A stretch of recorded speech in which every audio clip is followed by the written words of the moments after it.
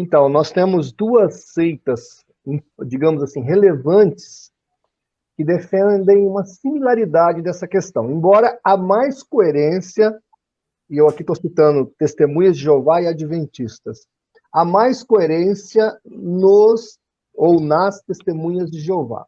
Então, eles não acreditam no Guiena, ou no Giena, Lago de Fogo. Né? Os ímpios, na verdade, vão ressuscitar durante o milênio, e depois eles serão aniquilados numa morte ali depois do milênio e acabou. Já os adventistas do sétimo dia, eles ensinam, sim, que há um lago de fogo e que a pessoa vai queimar ali por um período de tempo, podendo queimar até 1000 anos. Isso é uma teoria, eu tenho aqui as fontes, depois quem quiser eu posso passar a fonte. E aí a grande polêmica é o seguinte: como é que alguém vai viver eternamente se não tem um corpo glorificado? Bom, minha humilde interpretação exegética do texto, lá de 1 Coríntios 15, é que, obviamente, que a glorificação é para o salvo. A exaltação do corpo é para o salvo. O não salvo não terá essa exaltação ou esta glorificação. Agora, isto nada tem a ver com a punição eterna e a condição que Deus dará a essa pessoa para sofrer eternamente. Exemplo, texto básico. Irão estes para o tormento eterno, mas o justo para a vida eterna. Então, a palavra eterno aqui é tanto para a vida quanto para o tormento. Não há dúvidas quanto a isso. Inclusive, teve um debate muito interessante entre o pastor Edson Reis e o Patrick, quando ele foi tentar argumentar, fazer uma exegese do grego. Aí o pastor Edson Reis falou, pô, então se esse eterno aí não é eterno, então a vida eterna também não é eterna, porque ambas as coisas são voltadas para a eternidade, tanto a vida quanto a punição ou o tormento. Voltando aqui para a questão, então o que nós entendemos, e aí você pode depois ler Gruden, você pode ler Finney, depois você pode ver Hodge e outros teólogos da teologia sistemática, o que eles vão argumentar? Que existe sobre essa vida uma eternidade, uma imortalidade a esse corpo. Agora, glorificação apenas para os salvos. E aí, vamos voltar então, por exemplo, para a concepção adventista. Que corpo é esse que vai lá para o Guiena e vai ficar 100 anos sofrendo em detrimento ao seu pecado? Tem que ser um corpo especial. Se esse corpo especial pode aguentar 100 anos de sofrimento, ele pode aguentar 1000 anos ou ele pode aguentar a eternidade. E a Bíblia diz que é eterno. O sofrimento dessas pessoas são eternos. Apocalipse 14:11 fala, e a fumaça do seu tormento sobe para toda eternidade. Então a Bíblia é claríssima, deixando explícito que os ressurretos que vão para o Guiena sofrerão eternamente, tá ok? E aí, gente, qual é o problema da teoria adventista? Porque ela é até bonitinha, né? Mas o Gruden, ele explica muito bem isso quando ele fala sobre essa questão da eternidade. Ele diz o seguinte, se o indivíduo vai queimar proporcional ao seu pecado, então vamos imaginar que o meu pecado corresponda a 50 anos de fogo no Guiena, de sofrimento no Guiena, de tormento. Terminando esse período, Deus não pode me aniquilar. Deus não pode fazer o ser extinto. Porque se a minha pena já está paga e eu sofri o correspondente a esta pena, logo Deus tem que me transportar após a minha pena para o céu. Se eu paguei minha pena, eu sou digno do céu. Aí você cai naquela heresia chamada universalismo, ou seja, de que todo mundo, depois do Guiena, acaba indo para o céu. O Guiena, então, seria um fogo purificador e não o fogo da condenação eterna. Então, para mim é muito claro, não há dúvidas na concepção desse corpo. Esse corpo vai sofrer eternamente, só que, veja, repito novamente, ele não está glorificado. Ele está só, digamos assim, com a condição de eterno dada por Deus para que ele sofra ali durante essa... Aliás, durante toda a eternidade, não é um período, mas durante toda a eternidade. Muito bom, muito interessante. Pessoal, então eu quero encerrar com essa pergunta, só por uma questão de ética também, que é contribuir com alguma coisa nesse ponto, Elias? Ciro? Eu abono aí o que o pastor João Flávio acabou dizendo, né? Porque se o ímpio pode ficar 1 ano no Guiena, por que não ficar 1000 anos? Ou Exatamente. seja, quanto tempo levou para aqueles algozes, aqueles carrascos de Nabucodonosor, que lançaram os 3 jovens na fornalha de fogo ardente morrerem? Só com o calor do fogo eles morreram. Veja que ele mandou aquecer 7 vezes mais. Mas nós entendemos que o Guiena será muito mais, né? Será muito mais do que a fornalha de fogo ardente ali de Nabucodonosor.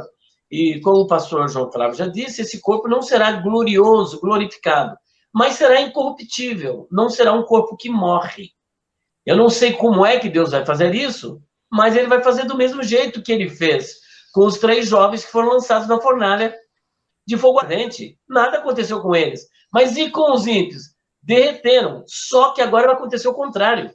Os ímpios serão lançados no lago de fogo e os seus corpos serão como o corpo dali dos 3 jovens. Não vai morrer. Não vai morrer, mas também não haverá glória. Eles viverão. Eles falam assim, mas como é que se vai ter vida? Agora, viver em sofrimento é bem diferente de viver no paraíso, no estado de bem-aventurança. Então, são corpos incorruptíveis, corpos imortais também, para sofrerem eternamente. Eu não sei se eu estou correto, os pastores analisam, mas eu penso que essa questão do lago de fogo e também do céu, depois, quando tudo isso estiver acontecendo, nós precisamos esquecer essa questão de temporalidade, de cronologia. Nós estaremos inseridos dentro da atemporalidade. Não haverá contagem de tempo. Não tem contagem de tempo. 1000 anos. Não, é eternidade e acabou. Quem foi para o lago de fogo, é eternamente. Quem foi para o céu, é eternamente. Perfeito. Exatamente. Muito bom. Ótimo exemplo, né, pastor Jamerson, que ele trouxe aí, né? O Elias, ele se especializou em aparentes contradições. Depois aí de 10 livros sobre perguntas difíceis de responder. Né? Legal. Ciro, quer falar algo sobre essa questão do corpo glorioso do justo e até do corpo ressuscitado do ímpio? Eu queria pegar esse gancho aí da temporalidade do pastor Elias, que eu acho bastante interessante, porque até os nossos irmãos, os que se opõem às nossas posições, né, os irmãos de outras tradições, eles riem, né? Dizem, você acredita então que vai ter, onde está escrito na Bíblia que vai ter 7 anos de bodas do Cordeiro? Porque você defende que vai ter 7 anos de grande tribulação, ou de período tribulacional, e onde está escrito tem 7 anos de bodas do Cordeiro? Veja, a gente fala isso, eu até evito, no momento, atualmente eu tenho evitado falar isso, porque a Deus pertence o Cronos e o Kairos, não é? Aqui na Terra, o tempo é cronológico. Agora, imagina quando a gente chegar lá no céu. Vamos dizer que a gente... Porque o estado glorioso começa quando nós somos arrebatados, né? Porque aquilo que é mortal se revestirá de mortalidade, aquilo que é corruptível se revestirá de incorruptibilidade, né? O apóstolo Paulo também disse que as aflições desse tempo presente não são para comparar com a glória que em nós há de ser revelada. Então, a igreja arrebatada, ela vai ser glorificada. Os mortos em Cristo vão ressuscitar, vão ser glorificados. Os vivos vão ser transformados, claro, vão ser glorificados. Nós vamos ingressar no céu, né? Lá no céu vai acontecer as bodas do Cordeiro. Agora, chegando lá, será que eu, pastor Elias, pastor Jamier, pastor Martinez, nós vamos ficar olhando no relógio? Acabamos de chegar, passou meia hora, não é? Daqui 7 anos nós vamos descer com Cristo lá para ele vai pôr fim ao período tribulacional. Veja, então isso aí que o pastor Elias falou é muito lógico. Lá no céu não é tempo cronológico, né? Qual vai ser a nossa percepção? Eu gosto de citar até aquele exemplo, que não tem nada a ver, claro, mas que lança luz. O astronauta, quando ele está no espaço, qual é a percepção que ele tem de tempo é outra, não é a mesma. Agora imagina o salvo, o glorificado, não é a mesma coisa.